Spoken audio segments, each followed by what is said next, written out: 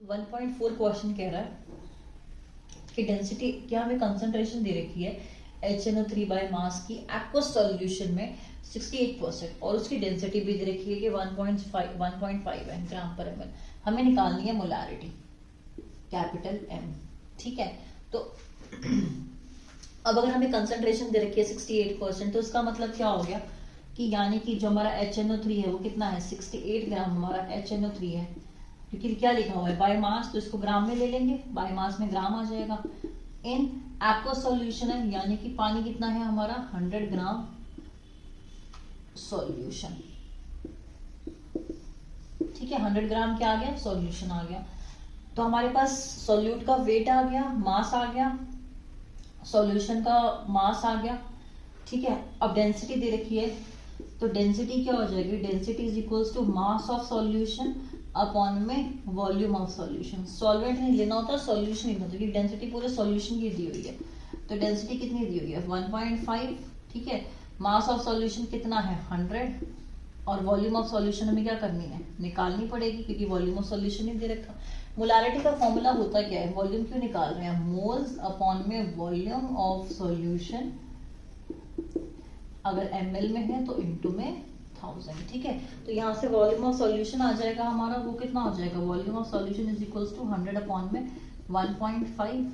ठीक है, v आ गया, m के फॉर्मूले में पुट कर दो, m is equals to number of moles कितने हो जाएंगे, HNO3 है, HNO3 का अगर हम लोग वेट देखें मॉलिक्यूलर वेट तो कितना हो जाएगा 1 + 14 + 3 इंटू में 16, 16 3 ज़ा 48 49 और 49 + 14 63। ठीक है, तो कितने आ गया, given mass 68, molar mass 63 into में 1000, क्योंकि हम यहाँ किस में निकाल रहे हैं वॉल्यूम ml में निकाल रहे हैं, डेंसिटी किस में देखिए ml में देखिए, तो ग्राम से तो ग्राम कट जाएगा, ये जो ग्राम है ये ग्राम है, यहाँ पे ग्राम पर ml होता है, ये तो ग्राम से ग्राम कट गया, ml ऊपर चला जाएगा, तो ये वॉल्यूम ऑफ सॉल्यूशन किस में आ गई ml में आ गई।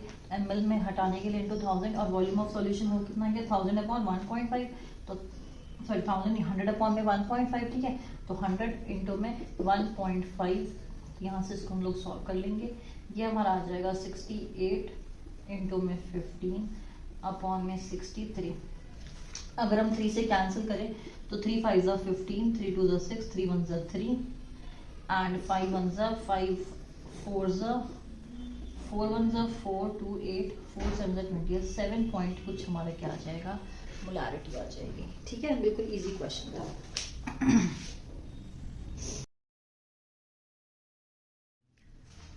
नेक्स्ट क्वेश्चन है 1.5 एनसीईआरटी का बैक एक्सरसाइज।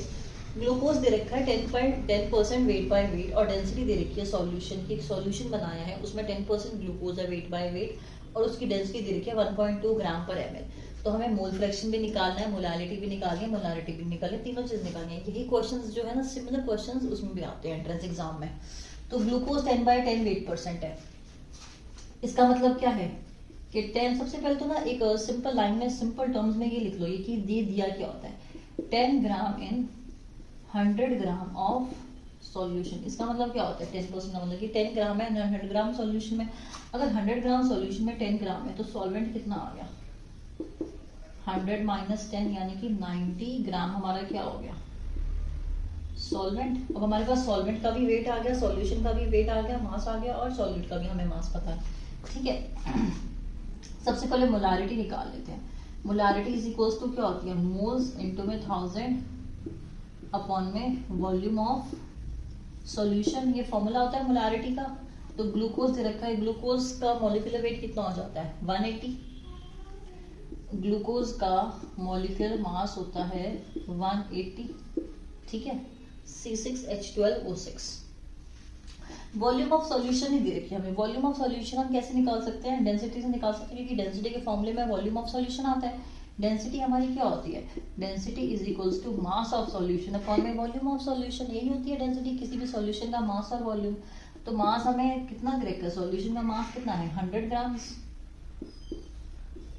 क्योंकि ये जो 10% वेट बाय वेट है ये क्या है, यानी कि वो 100 ग्राम हमारा क्या है, सॉल्यूशन है। तो मास ऑफ सॉल्यूशन हो गया 100 ग्राम, वॉल्यूम ऑफ सॉल्यूशन हमें निकालना है, और डेंसिटी हमारी कितनी है 1/2 तो यहाँ से हमारा v कितना आ जाएगा, v is equals to 100 upon में 1.2 ml आएगा। इसको यहाँ पे पुट कर देंगे इस फॉर्मूले में,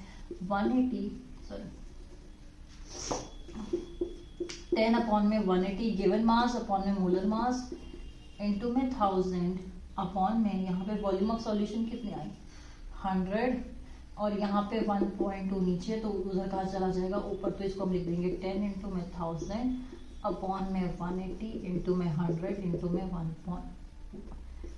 में 1.2, ठीक है। तो ये सॉल्व करके हमारा क्या आ जाएगा, मोलैरिटी आ जाएगी कैपिटल M। इससे कट गया, ये इससे कट गया, ये पॉइंट ये हट गया, और ये इससे कैंसिल हो गया, तो सारे जीरोस कैंसिल हो गए, 12/18 आ गया सीधा। सो 12/18 वुड बी 6 2 6 3 यानी कि ऐसे कह लो 0.6 मोलर आ गई, ठीक है। अब हमारी आ गई मोलारिटी। अब हम निकालेंगे मोलालिटी।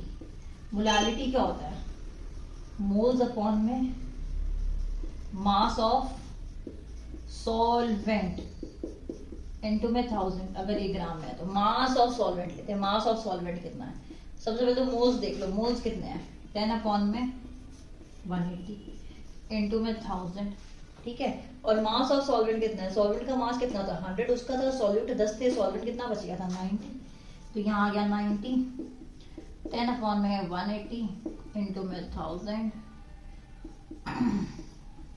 इनटू में 90, तो ये हमारा सॉल्व होके क्या आ जाएगा 0 0 0 0 cancel, it will be 100 upon में 18 इंटू में 9।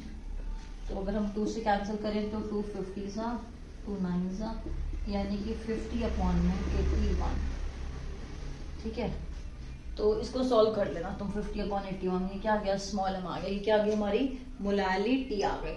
अब अगर हमें निकालना हो मोल फ्रैक्शन, मोल फ्रैक्शन कैसे निकालेंगे, मोल फ्रैक्शन क्या होता है, मोल्स ऑफ सॉल्यूट, या मोल्स ऑफ सॉल्यूट में x2 ले लेते हैं, x2 अपॉन में n2, moles of solute upon में मोल्स ऑफ सॉल्यूट प्लस में मोल्स ऑफ सॉल्वेंट, ठीक है। Moles of solute plus moles of solvent, तब सॉल्यूट के कितने हो जाएंगे, कितना हो जाएगा 10 अपॉन में 180 गिवन मास अपॉन में molar mass, given mass upon molar mass, plus में सॉल्वेंट हमारा कितना है, सॉल्वेंट हमारा कितना है 90 ग्राम है, तो 90 ग्राम के लिए हो गया गिवन मास, और सॉल्वेंट है क्या एक्वस सॉल्यूशन बोला हुआ है, एक्वस क्वेश्चन में एक्वस बोला हुआ है, एक्वस मतलब वाटर, वाटर का मॉलिक्यूलर वेट कितना आ जाएगा 18, तो यहाँ से हमारा मोल फ्रैक्शन कितना आ गया 1/18 अपॉन में 1/18 प्लस में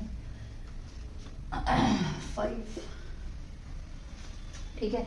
तो ये हो जाएगा हमारा 1/18 कैंसिल हो जाएगा, 91 अपॉन में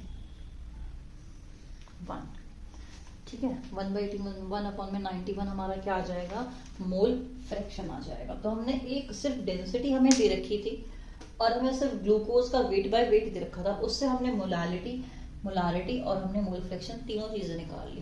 ध्यान क्या रखना है इस क्वेश्चन में, सबसे पहले डेंसिटी से तुम्हें मोलारिटी निकालनी है तो वॉल्यूम ऑफ सॉल्यूशन निकालना पड़ेगा, मोलारिटी निकालनी तो डायरेक्ट निकल जाएगी इस अगर इतना भी दे रखा हो तो, और अगर डेंसिटी निकालना मोल फ्रैक्शन निकालना तो डायरेक्ट निकल जाएगा। बस मोलारिटी के लिए हमें डेंसिटी से वॉल्यूम ऑफ सॉल्यूशन निकालना पड़ता है, ठीक है। नेक्स्ट, अब देखो क्वेश्चन दिया हुआ है हमारा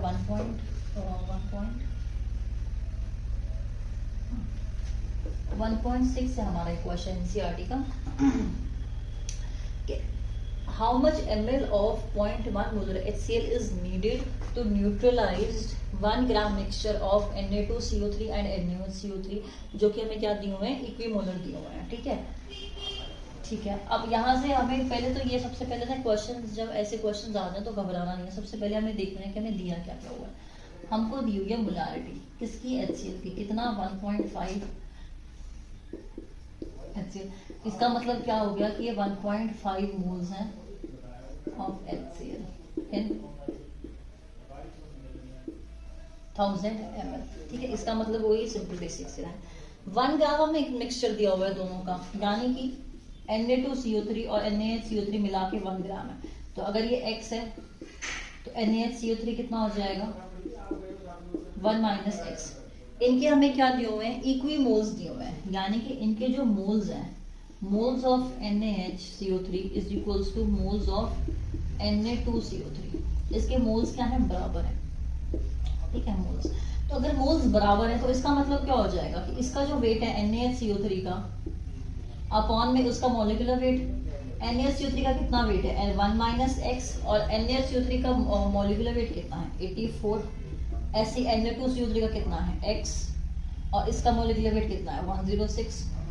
क्वेश्चन के अकॉर्डिंग ही चले, उसने कहा कि मोल्स जो है वो बराबर है, तो हमने दोनों के मोल्स को क्या रख दिया, बराबर रख दिया, ठीक है। तो यहाँ से जो हमारी x की वैल्यू आ जाएगी वो हो जाएगी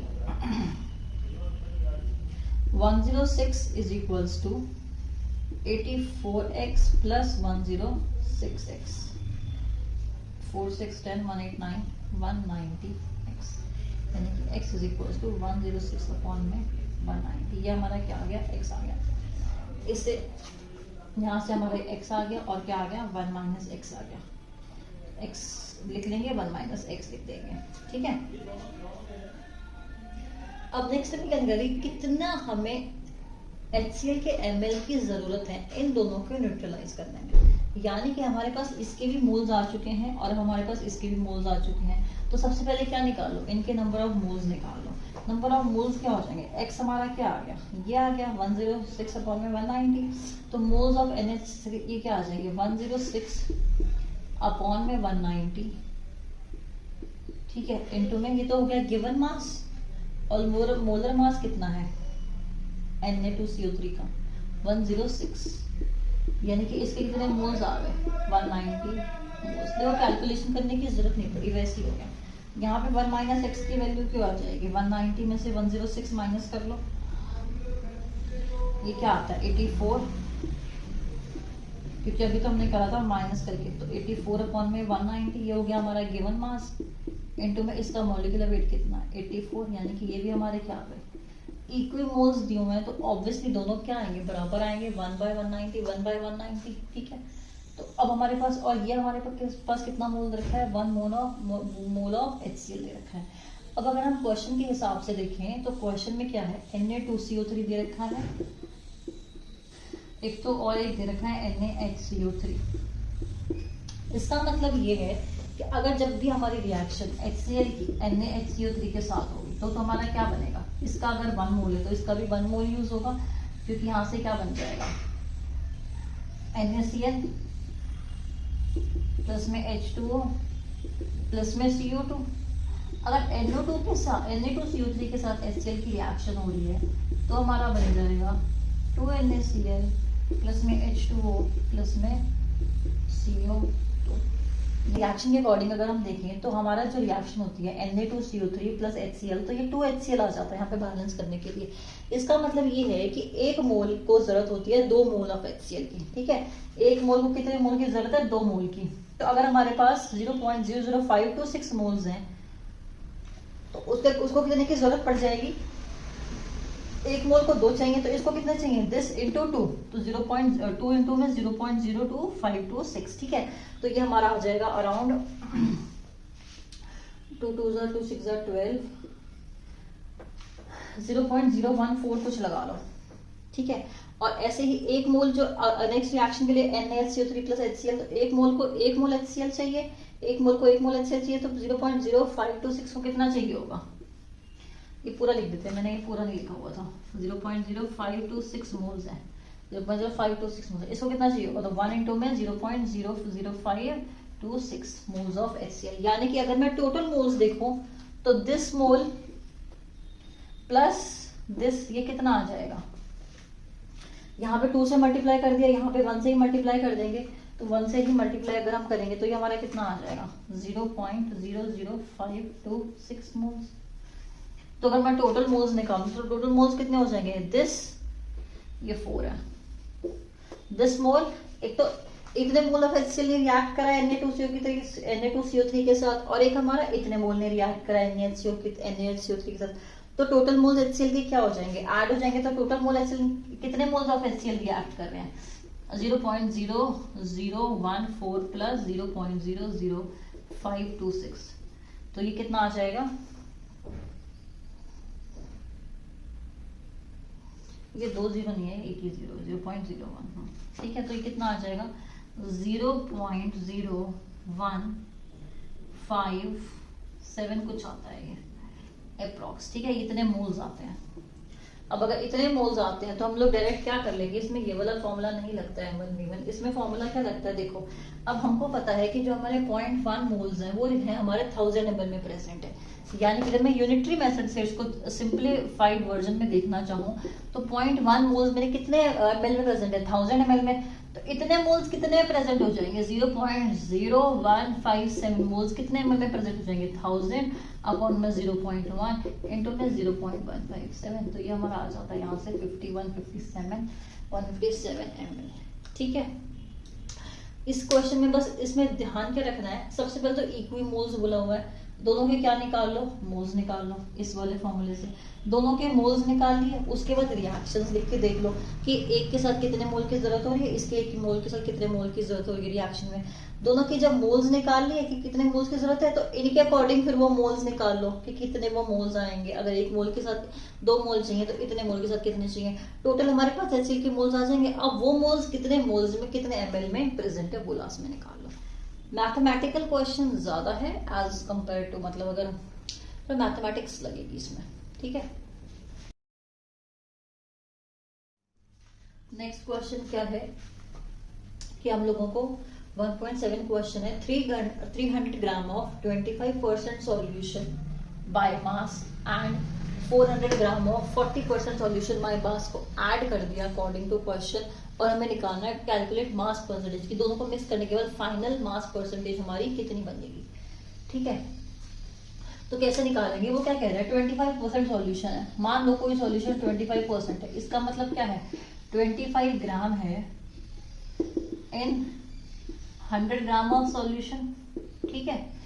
यानी कि 100 ग्राम में 25 ग्राम वो है, तो अगर 300 ग्राम ले रहे हैं, अगर हम इस सॉल्यूशन का 300 ग्राम ले रहे हैं, यानी कि इसको हमने क्या कर दिया इंटू 3 कर दिया, तो हमारा ये क्या बन जाएगा 75 ग्राम इन 300 ग्राम ऑफ सॉल्यूशन, बन गया ना 300 ग्राम ऑफ सॉल्यूशन में अब हमारा सॉल्यूट कितना हो गया 75 ग्राम। ऐसे ही अगर हमारा 40% सॉल्यूशन है, इसका मतलब क्या है, माय बार मास बोला है 40 ग्राम इन 100 ग्राम ऑफ सॉल्यूशन, ठीक है, इन 100 ग्राम ऑफ सॉल्यूशन। अब उसने कितना बोला, उसने बोला 400 ग्राम अगर हम ले लें तो हमें इसको 4 बार लेना पड़ेगा, 100 को अगर हम 4 बार लेंगे तो ही तो 400 ग्राम आएगा। तो अब यहाँ पे अगर इसको 4 बार लेंगे तो ये भी 4 बार हो जाएगा, तो ये कितना हो गया 160 ग्राम है 400 ग्राम ऑफ सॉल्यूशन। इन दोनों को अब क्या कर दिया, मिक्स कर दिया, दोनों को मिक्स कर देंगे तो 400 प्लस 300 कितना आ जाएगा 700, और सॉल्यूट हमारा कितना आ गया 160 प्लस 75 हो जाएगा 235, यानी कि 235 ग्राम आ गया हमारा कितने में 700 ग्राम ऑफ सॉल्यूशन में। मास परसेंटेज निकालनी है, कितना मास है सॉल्यूट का 235, टोटल मास कितना है सॉल्यूशन का 700 इंटू में 100, तो ये कितना आ जाएगा हमारा 235 डिवाइड बाई 7 कर लो, 7 3 ज़ा 21 और 3 में से 1 बाई 2 5, 33% कुछ हमारा क्या आ जाएगा मास परसेंटेज आ जाएगी, ठीक है ना। ये निकालना था ना, रिजल्टिंग सॉल्यूशन का मास परसेंटेज निकालना। इजी क्वेश्चन है, बस करना क्या है कभी एग्जाम में क्वेश्चन आ जाए एंट्रेंस एग्जाम में, क्योंकि एंट्रेंस एग्जाम में बहुत ज्यादा एनसीईआरटी के क्वेश्चंस रिपीट होते हैं, तो डायरेक्ट है सिंपल क्या करना है, अगर 300 ग्राम रखे 25 ग्राम जो है वो 100 ग्राम है, तो ये 300 के लिए इसको 3 से मल्टीप्लाई कर दिया, उसको 4 से मल्टीप्लाई कर दिया, ठीक है। 1.8 क्वेश्चन है, हमें दिया हुआ है कि हमने 222.6 ग्राम ऑफ इथाइलिन ग्लाइकोल जो है वाटर में मिक्स कर दिया, 200 ग्राम पानी ले लिया, डेंसिटी दी हुई है हमें सॉल्यूशन की, और हमें इस सॉल्यूशन का मोलारिटी निकालनी है और मोलारिटी निकालनी है, ठीक है। कि अगर हम एक्टिव फ्री सॉल्यूशन बना रहे हैं इस तरह से तो हमारी उसकी मोलारिटी और मोलालिटी क्या हो जाएगी, तो मोलालिटी का फॉर्मूला, पहले मोलालिटी निकाल लेते हैं। मोलालिटी का फॉर्मूला क्या होता है, मोल, सबसे पहले फॉर्मूले लिख लो, मोल्स ऑफ सॉल्यूट, उससे तुम्हारे आधे क्वेश्चन वैसे ही सॉल्व हो जाएंगे, अपॉन में मास ऑफ सॉल्वेंट इनटू में 1000, अगर ये ग्राम में दे रखा है तो ठीक है। तो मोल्स कितने आ जाएंगे, given mass upon molar mass 62 into में 1000, और मास ऑफ सॉल्वेंट कितने दे, कितने पानी में वो डिसॉल्व कर रहे हैं 200 ग्राम में। तो यहाँ क्या आ जाएगा 200, यहाँ से हमारी क्या आ जाएगी, मोलारिटी आ जाएगी कैलकुलेट करके। ठीक है, मोलारिटी निकालनी हो, मोलारिटी का फॉर्मूला क्या होता है, मोल्स ऑफ सॉल्यूट अपॉन में वॉल्यूम ऑफ सॉल्यूशन इनटू में 1000, अगर ये ml में दे रखा है तो ठीक है। अब वॉल्यूम ऑफ सॉल्यूशन तो हमें दे ही रखा, हमें क्या दे रखा है, हमें डेंसिटी दे रखी है सॉल्यूशन की, हमें वॉल्यूम ऑफ सॉल्यूशन नहीं दे रखा। अब तुम ये कह सकते हो कि मैम हम वॉल्यूम ऑफ सॉल्यूशन कैसे निकाल सकते हैं, पहले तो हमें सॉल्यूट प्लस सॉल्वेंट करना पड़ेगा, है ना। तो अगर हमें मास ऑफ सॉल्यूशन देखना हो तो मास ऑफ सॉल्यूशन क्या हो जाएगा 200 ग्राम, थोड़ा ना होगा, वो तो सिर्फ सॉल्वेंट है, सॉल्वेंट में सॉल्यूट भी तो डला हुआ है। तो 200 ग्राम तो हमारा क्या है सॉल्वेंट, इसमें हमारा 222.6 का डला हुआ है सॉल्यूट। तो हमारा टोटल सॉल्वेंट कितना, सॉल्यूशन कितना आ गया 422.6 क्या आ गया हमारा मास ऑफ सॉल्यूशन। डेंसिटी का फॉर्मूला लिख देंगे 1.70 is equals to mass of solution कितना आया 422.6, और वॉल्यूम ऑफ सॉल्यूशन हम यहाँ से क्या कर लेंगे, कैलकुलेट कर लेंगे। ठीक है, तो ये इसके नीचे आ जाएगा। अब फॉर्मूले में पुट कर दो सीधा, यहाँ क्या आ गया v is equals to 422.6 upon में 1.07, ये हमारा क्या आ गया वॉल्यूम ऑफ सॉल्यूशन आ गया। हमेशा मोलारिटी निकालने के लिए अगर डेंसिटी दे रखी है तो पहले हमें क्या निकालना पड़ेगा, वॉल्यूम ऑफ सॉल्यूशन निकालना पड़ेगा डेंसिटी के फॉर्मूले से, d is equals to m/v वाले फॉर्मूले से। ठीक है, बस अब यहाँ पे पुट कर दो, मोल्स ऑफ सॉल्यूट कितने हो जाएंगे भाई 222.6 अपॉन में 62 इनटू में 1000, और वॉल्यूम ऑफ सॉल्यूशन कितनी है 422.6, और ये 21.07 ऊपर चला जाएगा। हर क्वेश्चन में ध्यान रखना क्या हो रहा है कि जो डेंसिटी है ना वो ऊपर चली जाती है, मोलारिटी में जो डेंसिटी है वो ऊपर चली जाती है, और जो हमारा मास ऑफ सॉल्यूशन है वो नीचे आ जाता है।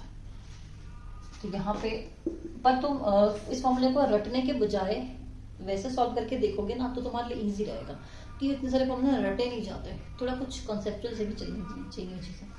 ठीक है, तो यहाँ पे सॉल्व होके क्या आ जाएगी हमारी मोलारिटी आ जाएगी। इनकी वैल्यूज कितनी कितनी आ रही है देख लें।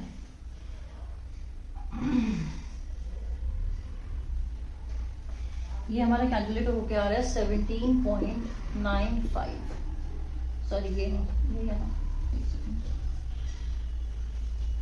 ये आ रहा है 9 और ये आ रहा है हमारा 17.95। ये फाइनल कैलकुलेशन करके आ रहे हैं, तुम खुद कर लेना कैलकुलेटर से, मैंने करके रखी हुई थी ऑलरेडी इसलिए मैंने डायरेक्ट लिख दिया। ठीक है,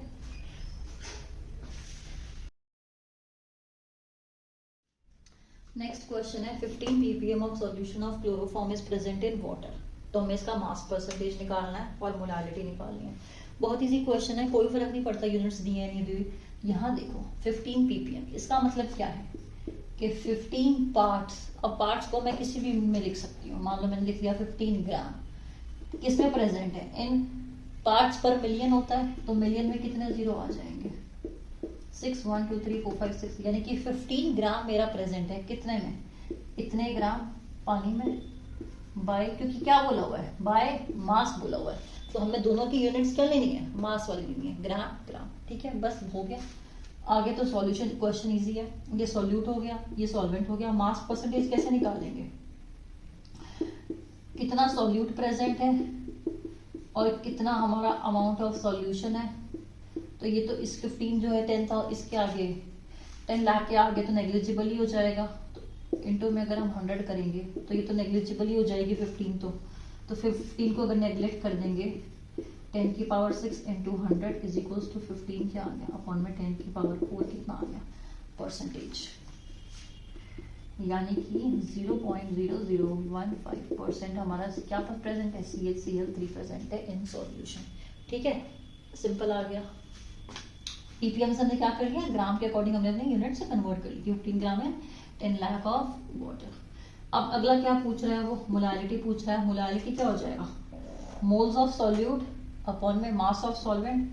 मास ऑफ सॉल्वेंट कितना है 10 की पावर 6 ग्राम इंटू में 1000, क्योंकि ग्राम है तो यहाँ 1000 करेंगे, और वो सॉल्यूट कितना है, सॉल्यूट हमारा है 15 ग्राम्स है, और CHCl3 का वैसे वेट कितना होता है 35.5 इंटू 3 प्लस 12 प्लस 1 15 106 कितना आ गया 119.5। ठीक है, तो यहाँ से कैलकुलेशंस कर लो, 10 की पावर 6 से ये कट जाएगा तो यहाँ आ जाएगा 10 की पावर 3 इंटू में 15 अपॉन में 119.5 और 5 3s and it will be 5 2s 10 5 3s 15.9 तो 24 के अराउंड ही आ गया। तो 3 1s 3 8s तो 1/8 10 की पावर 3। तो यानी कि अगर हम इसको ऐसे करते हैं तो 4 2s 8 215 यानी कि कितना आ गया 125 मोलालिटी आ गई। सही आई है यहाँ 10 की पावर 3 में आएगा। एक सेकेंड बताओ,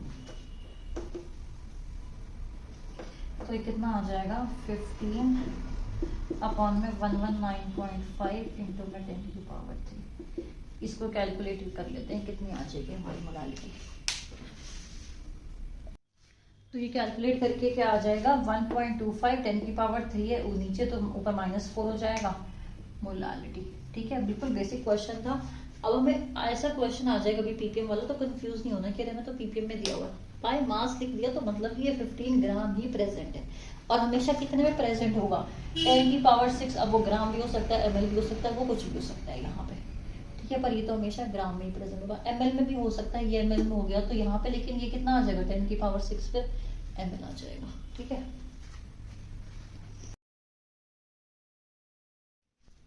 देखो 1.13 क्वेश्चन क्या कह रहा है कि हमारे पास 6.56 इंटू 10 की पावर -3 ग्राम इथेन है किसी सॉल्यूशन में, तब उसका प्रेशर जो है वो 1 बार है। इसका मतलब मेरे पास कोई सॉल्यूशन है उसमें जब मैंने इथेन डाली तो यहाँ पे जो प्रेशर फील हुआ वो हुआ 1 बार। ठीक है, जब मैंने इथेन डाली इस सॉल्यूशन में, यहाँ पे सॉल्यूशन प्रेजेंट है बीकर में, तो मुझे यहाँ पे जो प्रेशर फील हुआ वो फील हुआ 1 बार। अब इसको कई बार सिर्फ प्रेशर टर्म में बोल देते हैं या इसको हम लोग कई बार क्या बोल देते हैं पार्शियल प्रेशर भी बोल सकते हैं, दोनों सेम ही चीज होती है। ठीक है, वो कह रहा है कि पार्शियल प्रेशर या प्रेशर निकालो जब मैं इतने ग्राम इथेन डालू इसमें, तब बताओ कि तब प्रेशर कितना होगा। अब अगर तुम लोग ये देखो क्वेश्चन तो इससे तुम्हें क्या आइडेंटिफाई करना है सबसे पहले क्वेश्चन देख के कि इसमें फॉर्मूला कौन सा लगेगा, इसमें हेनरीज लॉ लगेगा या इसमें रॉल्स लॉ लगेगा। हेनरीज लॉ और रॉल्स लॉ कहाँ कहाँ लगता है वो पता होना चाहिए। हेनरीज लॉ सकता है जब हम गैस की बात करते हैं सॉल्यूशन में, और रॉल्स लॉ लगता है जब हम लोग लिक्विड की बात करते हैं। ठीक है, तो अब यहाँ पे किसकी बात हो रही है, इसमें यहाँ पे गैस एंड लिक्विड की बात हो रही है। तो जब गैस एंड लिक्विड की बात हो, रॉल्स लॉ एक तब लगता है जब हमारा या तो लिक्विड हो या सॉलिड इन लिक्विड हो, तब लगता है रॉल्स लॉ। तो इसका मतलब यहाँ पे हमारा रॉल्स लॉ नहीं लगेगा। ठीक है, जब गैस एंड लिक्विड की बात होती है, जब गैस के सॉल्यूशन की बात होती है, तो हमारे क्या लगता है हेनरीज लॉ लगता है। तो इसका मतलब यहाँ पे हमारा क्या लगेगा हेनरीज लॉ का फॉर्मूला लगेगा। क्वेश्चन पढ़ के सबसे पहले आइडेंटिफाई करना है कि फॉर्मूला कौन सा लगेगा। अब हेनरीज लॉ लगेगा। ठीक है, हेनरीज लॉ का फॉर्मूला क्या है, P = XH इंटू में K, सॉल्युबिलिटी कांस्टेंट, XH हमारा मोल फ्रैक्शन या सॉल्युबिलिटी और P हमारा क्या है प्रेशर। अब ये जो P है ये क्या होता है, इसको पार्शियल प्रेशर भी कह सकते हैं कि कितना पार्शियल प्रेशर है उस गैस का सॉल्यूशन के ऊपर, क्या उसका मोल फ्रैक्शन है और क्या उसका सॉल्युबिलिटी कांस्टेंट है। ठीक है,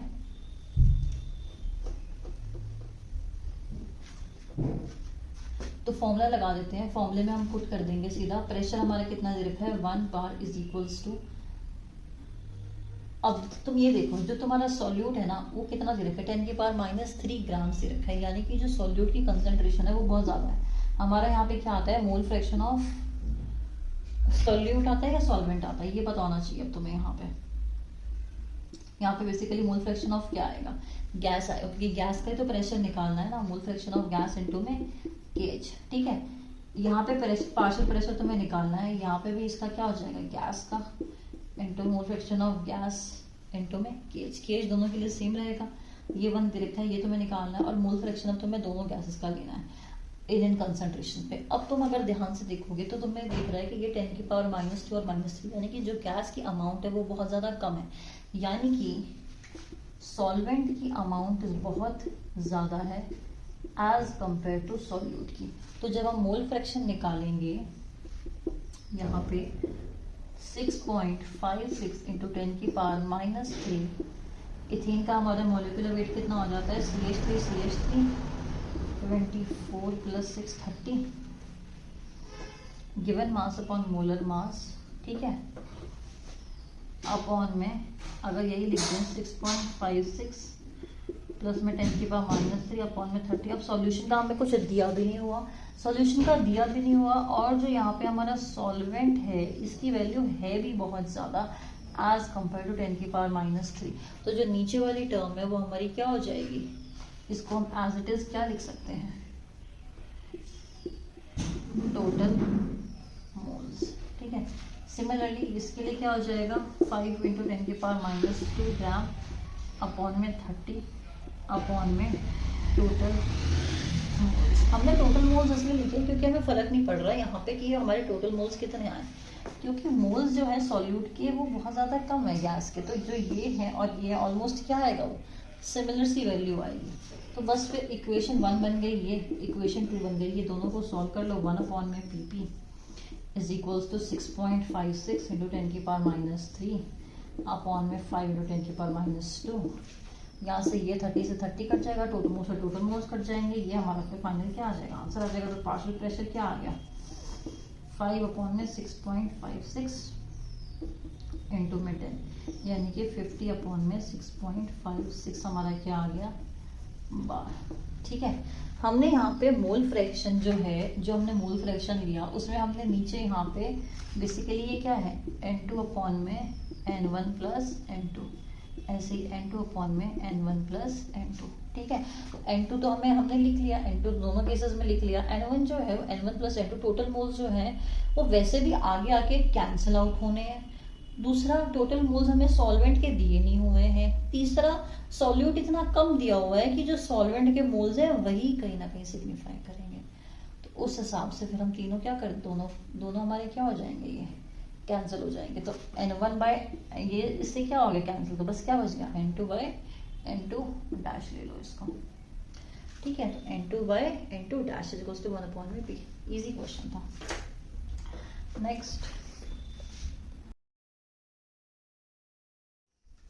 नेक्स्ट क्वेश्चन है 1.15। ये क्वेश्चन क्या कहता है कि हमारे पास एक 2% नॉन वोलेटाइल एक्वस सॉल्यूशन है जो कि 1.004 बार प्रेशर क्या कर रहा है, एक्सर्ट कर रहा है, यानी कि सॉरी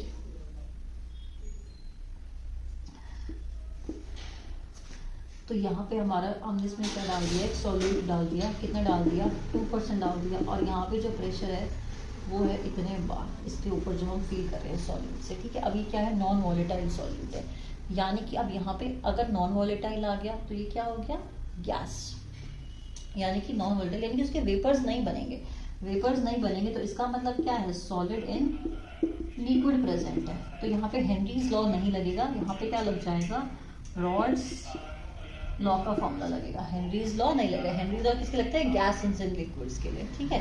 तो यहाँ पे सॉलिड इन लिक्विड प्रेजेंट है, ठीक है, बहुत बढ़िया। इतना हमें समझ में आ गया कि हमारा फॉर्मूला कौन सा लगेगा, सॉलिड इन लिक्विड। अब वो क्या कह रहा है, 2% नॉन वॉलेटाइल सॉल्यूट, यानी कि 2% हमारा सॉल्यूट है इन 98 ग्राम ऑफ, क्योंकि उसने वाटर एक्वस वर्ड बोल दिया तो 98 ग्राम ऑफ वाटर। तो हमारे पास सॉल्वेंट का भी वेट आ गया, सॉल्यूट का भी हमारे पास वेट आ गया, और हम इसमें निकालना क्या है, इसी सॉल्यूट का मोलर मास निकालना है, इसी सॉल्यूट का हमें मोलर मास कैलकुलेट करना है। तो फॉर्मूला क्या हो जाएगा, हमको पता है कि जब हमारा फॉर्मूला होता क्या है, P is equals to P0 into में x1, यानी कि partial pressure of solvent, pure vapour pressure of solvent into में मोल फ्रैक्शन ऑफ सॉल्वेंट। अगर मैं सॉल्वेंट की टर्म्स में अपने रॉल्स लॉ की बात करूं तो क्योंकि सॉल्वेंट के अकॉर्डिंग ही प्रेशर आएगा, सॉल्वेंट का ही कुछ वेपर प्रेशर होगा, सॉल्यूट का तो होगा नहीं, सॉल्यूट तो नॉन वोलेटाइल है, और उसी का फिर हम क्या ले लेंगे, मोल फ्रैक्शन ले लेंगे, ठीक है। तो पार्शियल प्रेशर कितना है हमारा, कितना आ गया है प्रेशर, 1.004 बार प्रेशर आ चुका है। होता कितना है, प्योर वाटर का प्रेशर कितना होता है, 1.013 बार होता है। और मोल फ्रैक्शन क्या हो जाएगा इसका मास कितना है वाटर का, 98 अपॉन में 18 अपॉन में 98 अपॉन में 18 प्लस में 2 अपॉन में मोलर मास। अब तुम्हारे पास दो तरीके हैं, या तो तुम इससे सॉल्व कर लो इस तरीके से, ठीक है। पहला फॉर्मूला तो ये है कि तुम सॉल्वेंट मान के लेके चलो, सॉल्वेंट को तुमने पार्शियल प्रेशर, वेपर प्रेशर और मोल फ्रैक्शन ऑफ सॉल्वेंट लिया। या तुम इसको क्या कर सकते हो, या तुम इसको सॉल्व कर सकते हो सीधा relative lowering of vapour pressure से। देखो relative lowering of vapour pressure क्या होता है, P0 माइनस P1 अपॉन में P0 is equals to mole fraction x2, ठीक है, मोल फ्रैक्शन ऑफ सॉल्यूट। ये हमारा रिलेटिव, P0 हमारा प्योर प्रेशर, P1 जो हमारा प्रेशर अब रह गया है, और जो हमारा सॉल्यूट है उसका मोल फ्रैक्शन यानी कि मोल्स ऑफ सॉल्यूट, यानी कि इसको हम कैसे लिख सकते हैं, N2 अपॉन में N1 प्लस N2, ठीक है। यहाँ जो फॉर्मूला लगाया वो लगाया P1, ये हमने सॉल्वेंट पे लगाया, रिलेटिव लोअरिंग लगेगा सॉल्यूट पे, ये जो फॉर्मूला लगाया ये हमने लगाया है सॉल्वेंट पे। यहाँ पे पार्शियल प्रेशर कितना रह गया था सॉल्यूट डालने के बाद, 1.004। ओरिजिनल प्रेशर हमें पता है पानी का ये होता है, मोल फ्रैक्शन क्योंकि हम सॉल्वेंट की बात कर रहे हैं यहाँ पे, तो हमने सॉल्वेंट का मोल फ्रैक्शन लिया, उससे जब हमने मॉलिक्यूलर मास निकाला वो हमारा आ जाए कैलकुलेट करके 41.6 ग्राम, ठीक है। अब ये वाला फॉर्मूला लगाते हैं, इसमें क्या करेंगे, वही प्रेशर लेंगे, pure pressure, P0 pure pressure होता है उसकी वैल्यू रख दी, P1 हमारा पार्शियल प्रेशर जो यानी कि रिड्यूस होने के बाद, रिड्यूस हो गया हमारा प्रेशर सॉल्यूट डालने के बाद, अपॉन में P0 pure pressure upon is equals to moles of solute upon में moles of solute plus moles of solvent. ये भी कैलकुलेट करके क्या आया, 41 ग्राम। तो यानी कि इससे कोई फर्क नहीं पड़ा कि मैंने सीधा ये फॉर्मूला अगर यूज कर लिया तो, या मैंने रिलेटिव लोअरिंग वाला करा, दोनों से आंसर क्या आएगा, सेम आएगा। इसका मतलब ये है कि जो हमारे रॉल्स लॉ वाले जो क्वेश्चंस आते हैं सॉल्यूट के ऊपर, जब सॉल्यूट हमारा क्या होता है, नॉन वोलेटाइल होता है, अगर एग्जाम में भी क्वेश्चन आ जाए तो ये नहीं कंफ्यूज होना कि कौन सा लगेगा, थोड़ा सोच के देखना कि अगर नॉन वोलेटाइल सॉल्यूट है तो सबसे पहली बात है रॉल्स लॉ लग जाएगा। रॉल्स लॉ का या तो तुम ये सॉल्वेंट वाला पार्ट यूज कर लेना, इस तरह से सॉल्व कर लेना, या इस तरह से सॉल्व करना तरीका, क्योंकि इसी को डिराइव करके हम क्या निकालते हैं, ये निकाल देते हैं। हमने डेरिवेशन में देखा था कि इसी फॉर्मूले से ये आता है, तो या तो तुम डायरेक्ट यहीं पे लगा दो, इजी हो जाएगी कैलकुलेशन, या अगर तुम्हें ये फॉर्मूला नहीं ध्यान आता कि सॉल्वेंट में पता नहीं क्या था, देखो जिसका प्रेशर लेंगे ना, अगर लोअरिंग की बात करेंगे, अगर लोअरिंग वाला फॉर्मूला लगाओगे तो सॉल्यूट आएगा ऊपर, और अगर डायरेक्ट प्रेशर खेलोगे, partial pressure is equals to vapour pressure of pure की रिलेट करोगे तो मोल फ्रैक्शन ऑफ सॉल्वेंट आ जाएगा, क्योंकि जो हम प्रेशर्स लेते हैं हम किसका लेते हैं, सॉल्वेंट का लेते हैं। अगर माइनस करने वाला फॉर्मूला लगाओगे तो ऊपर क्या आ जाएगा, सॉल्यूट के मोल्स आ जाएंगे, उसका मोल फ्रैक्शन लिखेंगे, ठीक है।